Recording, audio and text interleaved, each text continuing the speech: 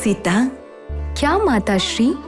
स्वयंवर के माध्यम से तुम्हारे पति का चुनाव करने का जो निर्णय है उससे संतुष्ट हो? आपकी खुशी में हमारी खुशी है।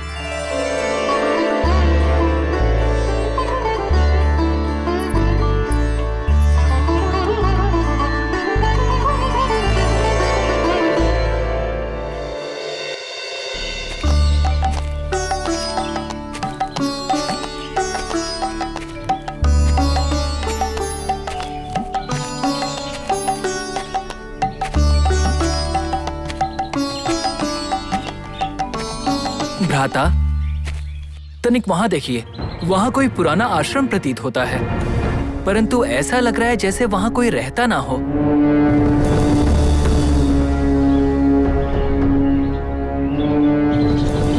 सत्य कहा। इसके बारे में गुरुवर से पूछना ही उत्तम होगा। गुरुवर, वहां पर किसी का पुण्य आश्रम दिखाई दे रहा है, किंतु वो स्थान बियाबान है। ठीक कहा रामचंद्र। हाँ, वो एक बड़ा पुण्य आश्रम है, परंतु इतने बड़े पुण्य आश्रम में एक बहुत बड़ी दुर्घटना घटी है। ये एक विपर्यास है। ये जानने को मैं उत्सुक हूँ गुरुदेव। इस बात को सभी को जानने की आवश्यकता है लक्ष्मण। बहुत ही पहले वो परमेश्वर महाशिव ने दक्ष यज्ञ के अवसर पर दाक्षायणी को खोकर एक बैरागी की तरह कैलाश को त्याग कर इस जगह पर तपस्या कर रहे थे।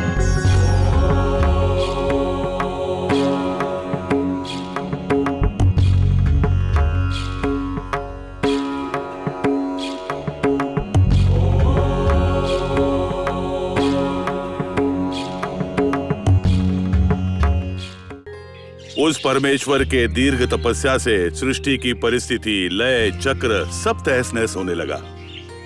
सभी देवतागण ब्रह्मा विष्णु के पास पहुंच गए। लोक कल्याण के लिए शिव को फिर से संसारी बनाने का निर्णय लिया गया। और बस उसी समय हिमवंत की पुत्री पार्वती का जन्म हुआ। शिव को ही अपना पति स्वीकार करूंगी, इस महान दृढ़ संकल्प से वो शिव के ध्यान में व्यस्त रहने लगी।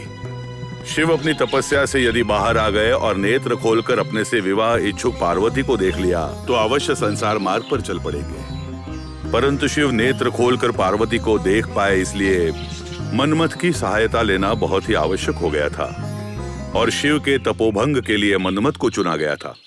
तपोभंग के पश्चात शिव के क्रोध से अपने प्राणों को खोने वाला मनमथ अनंग बन गया था।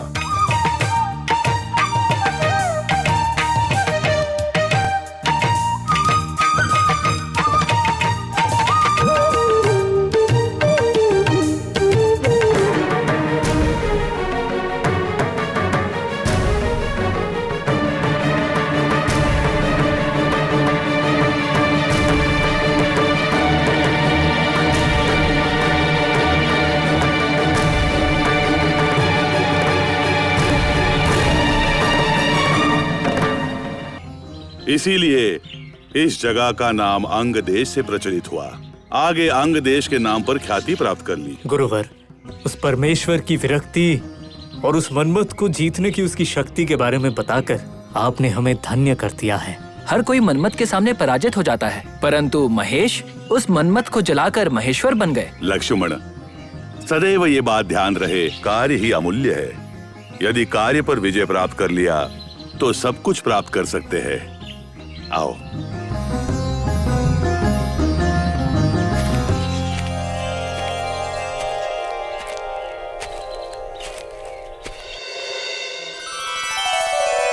गौतम पुत्र शतानंद गुरुदेव को कोटि कोटि प्रणाम। इष्टार्थ सिद्धिमस्तु, मंगल हो।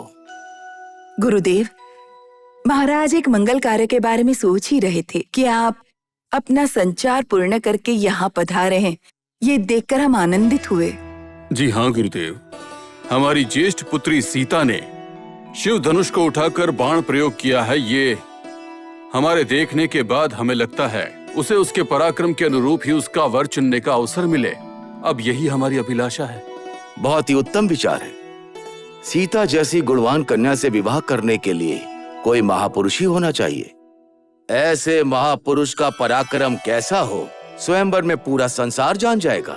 इसीलिए कम से कम सीता ने जिस शिव धनुष को उठाया था, उस शिव धनुष को उठाने वाला वो पुरुष भी उतना पराक्रमी तो होना ही चाहिए। हाँ, अवश्य।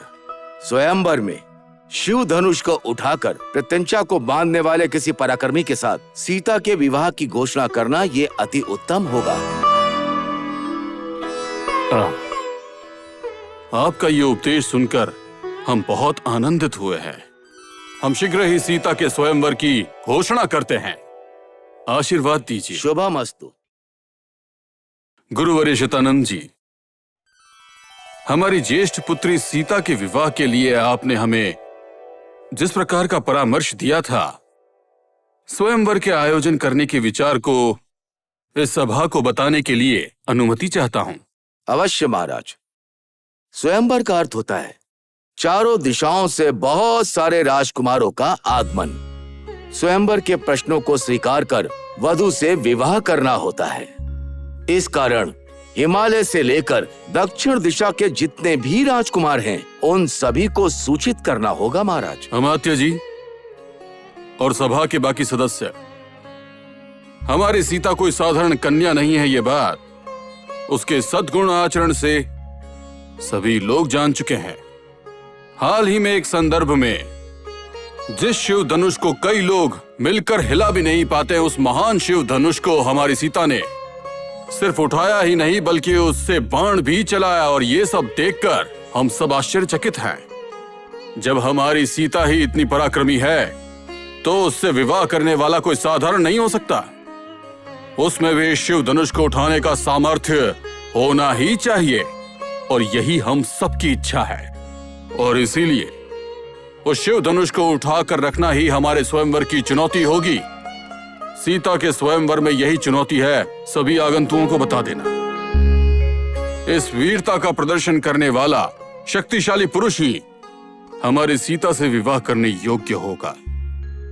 इस बात को 8 दिशाओं में फैला दो और कहना कि ये राजा जनक की चुनौती है।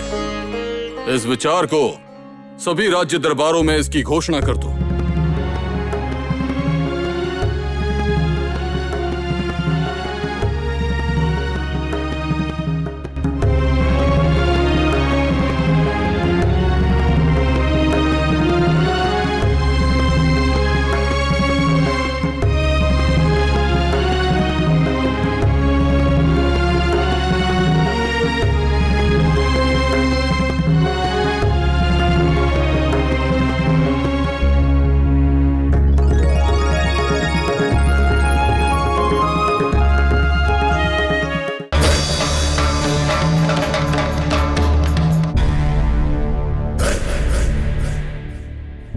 शिव धनुष को उठाकर उसकी प्रत्यंचा को कसकर बांधने वाले। शांत हो जाओ।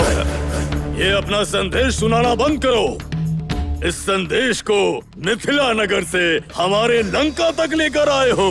इस रावण को धनुष उठाकर कन्या से विवाह करने की इच्छा नहीं है। ये स्वयंवर बालकों का खेल है। इसके लिए छोटे मोटे राज्यों के राजकुमार को संदेश दो। ये संदेश उन्हें पहुंचाने के उपरांत तुम लंकेश को ये संदेश सुनाने आए हो। संभवतः तुम हमारे पराक्रम के बारे में नहीं जानते। आप सही कह रहे हैं भैया। आपके पराक्रम के लिए, आपके हुंकार के लिए स्वर्गलोक की अप्सराएं भी मुग्ध होकर खींची चली आती हैं। तो एक साधारण राजकुमारी के लिए आप मिथिला क्यों जाएंगे? ये संदेश लेकर आने वाले इस दूत का सिर मुंडवाकर यहाँ से भेज दीजिए। नहीं, कदापि नहीं। दूत का किसी भी तरह अपमान करना या फिर उसके साथ किसी भी प्रकार की हिंसा करना राजधर्म नहीं कहलाता है। सभी राज्यों को स्वयंवर का संदेश भेजने का राजा का ये आदेश इस दूत के लिए अपना कर्तव्य है, और इस कर्तव्य को निभाना दूत के लिए एक गर्व की बात होती है। हाँ ठीक है ठीक है। विभीषण, वैसे भी तुम्हें अपने पराक्रम का प्रदर्शन करना अच्छा नहीं लगता। और ध्यान रहे, दोबारा कभी ऐसा संदेश यहाँ लेकर आने की आवश्यकता नहीं है। इन्हें संदेश भेजने की इच्छा किसी को नहीं थी। अपनी इच्छा के विरुद्ध मैं अपना कर्तव्य समझ कर आया था। बच गया मैं। अब जाओ जाओ यहाँ से।